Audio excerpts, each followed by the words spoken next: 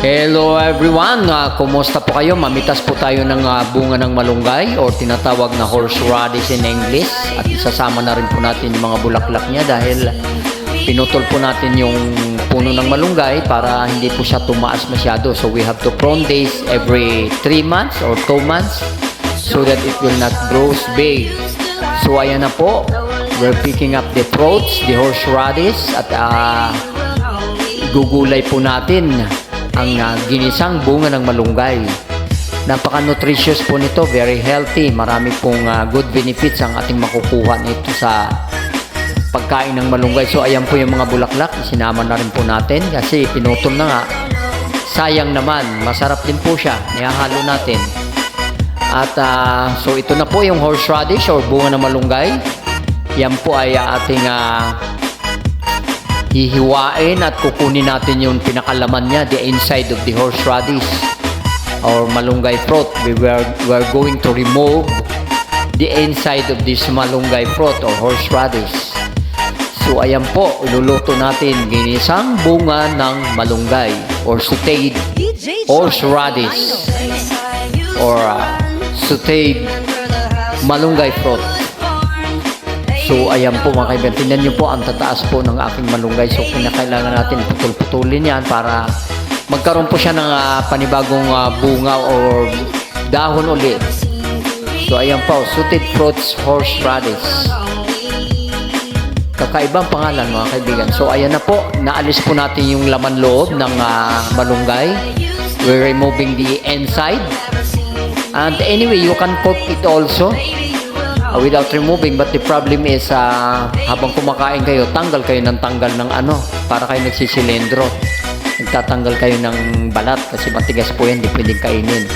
So it's better to remove before you cook it. So yung mga yang malunggay, ayan kagaya niyan, para siyang sitaw mga kaibigan, hindi na natin kailangan biakin or ano pa man kasi ano po siya, malambot, parang sitaw, puputol-putulin na lang natin. Looks like string beans, the young horseradish. So what we need is just to cut it off without removing the skin because it's still very soft because it's still young. So ayan na po, hinati-hati natin po ang mga malunggay na bunga, yung matatanda na, at inalis natin yung laman niya. Kinakayod po ng kung meron kayong small spoon, yung po ang pantanggal para hindi na natin mahirapan pa ang pagkain mga kaibigan. So ayan po ang mga ingredients mga kaibigan, tomatoes at of course ginger and then onion, and you can mix it with ground pork or ground beef or even yung mga fried fish, hihimayin po natin or sinaing na isda. So ayan po, marami po siya mga vitamins, makikita po niyan, nagpa-flash po ang mga pakinabang sa pagkain natin. It is rich in antioxidant mga kaibigan. So marami po tayong mga good health benefits na makukuha dito kung tayo ay kakain. So ayan po, may lower blood sugar levels. Kung ikaw ay diabetic o natatakot na magka-diabetes, nagpapababa po siya ng sugar level kung ikaw ay kakain sugar levels. So ayan na po, ang dami po nang nakuha natin na mga meat of the horseradish. It also can lower cholesterol mga kaibigan. So tsaga-tsaga lang talaga ito matrabaho. It's a lot of work if you are going to cook this kind of vegetable, horseradish, fruit of the malunggay. So it's a lot of work. So kinakailangan po matyaga po tayo dahil kung hindi, wala tayong kakainin. At masarap naman po yan. Yan naman ang ating makukuhang good benefits sa katsatsaga natin sa paghimay kasi talagang matrabaho po siya. So ayan na po mga kaibigan, naka-prepare na po ang mga ingredients at Mix Club. Lalagyan din po natin ng dahon ng malunggay, yung mga young malunggay, yung pinakadulo niya, yun ang ginagamit ko po dyan. Pero pinakahuli po niyan, pinakahuli po siya na isasama dun sa ating niluluto kasi para hindi po malusaw. So ayan na po. At haluan po natin ng ano po yan, bagoong na Balayan, Batangas. Wow, napakasarap po niyan. fish sauce kung tawagin. Yan po ang favorite na magandang panghalo mga kaibigan. So ayan na po mga kaibigan. Alam nyo po, it is rich in protein, vitamin B6 and vitamin C. So kala nyo kalamansi lang ang may vitamin C. Malakas po ang vitamin C ng malunggay mga kaibigan. At saka nagpapaganda po siya ng mata, nagpapalinaw po mga kaibigan. At nagpapaganda ng ating skin. So kumain po kayo ng malunggay. At magtanim dahil hindi na kinakailangan bilihin yan. Kung meron kayong maliit na lupa, itusok lang sa paligid-ligid ng inyong bahay. It's very easy to plant this kind of vegetable. Very easy. And you can harvest a lot. At hindi po siya mahirap alagaan mga kaibigan. Madali lang po siyang buhayin. Hindi niya kailangan ang maraming tubig. So ayan na po. We're going to saute the garlic. At alam niyo po, rich in iron and vitamin A mga kaibigan. So marami pong vitamina ang ating makukuha talaga dito. Kaya lang, nagbubunga lang po ito once a year during summertime here in the Philippines. It gives only one time of giving us fruits. Meron din po siyang riboflavin. So inilagay na po natin ang tomato with the onion as well and the garlic. We're going to mix it at hanggat maaari, pisit-pisitin po natin, ipit-ipitin para lumabas po yung kanyang aroma, yung kanyang katas, lalo na ng kamatis.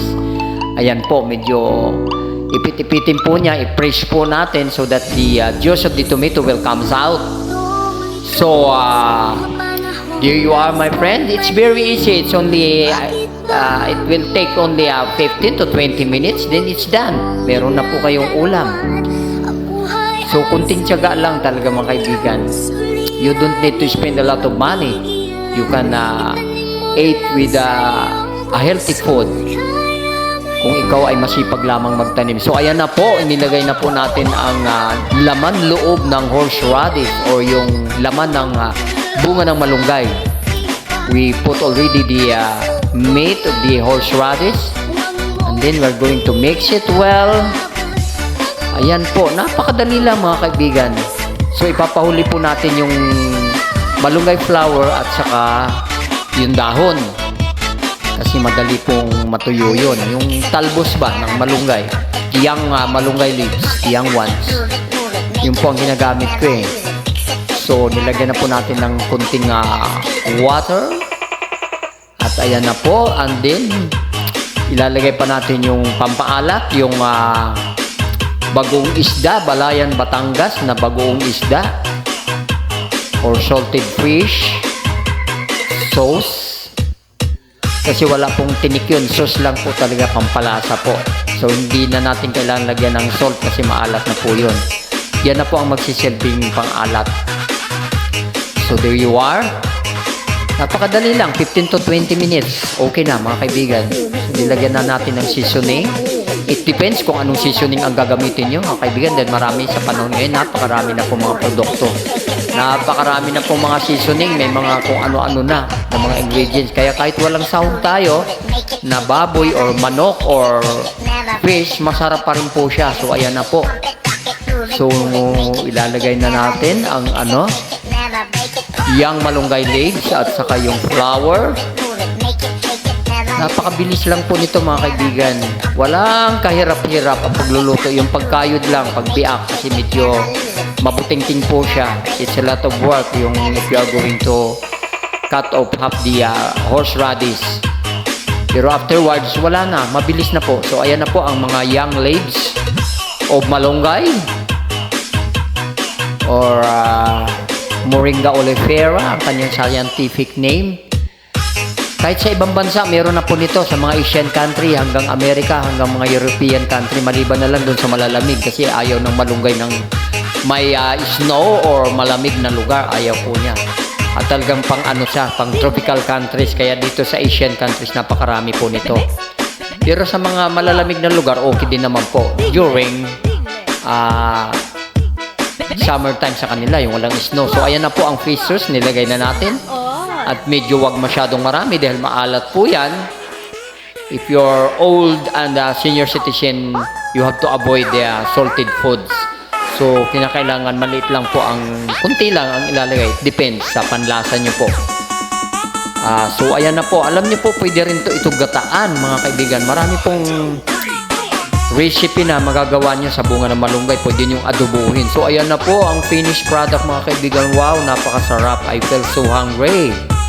Oh, delicioso. Oh, malunggay comida.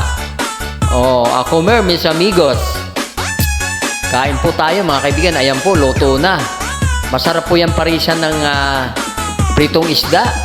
Ayan po, may fried tilapia. For partner, mga kaibigan, kasi karamihan ang hilig ng mga Pinoy, may partner pa.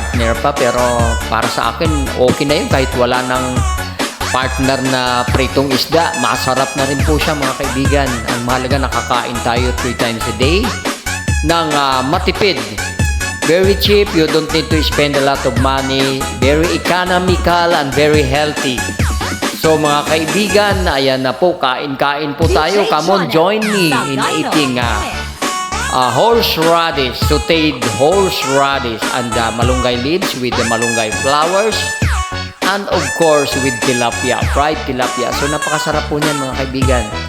So maraming salamat po, mga kaibigan. Thank you for watching. Please don't forget to subscribe, like, and share.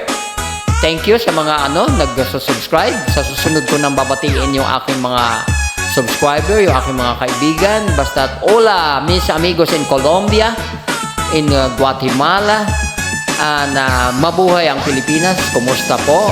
Mabuhay po lahat ang mga Pinoy. Bye-bye! God bless everyone and keep safe. See you next vlog!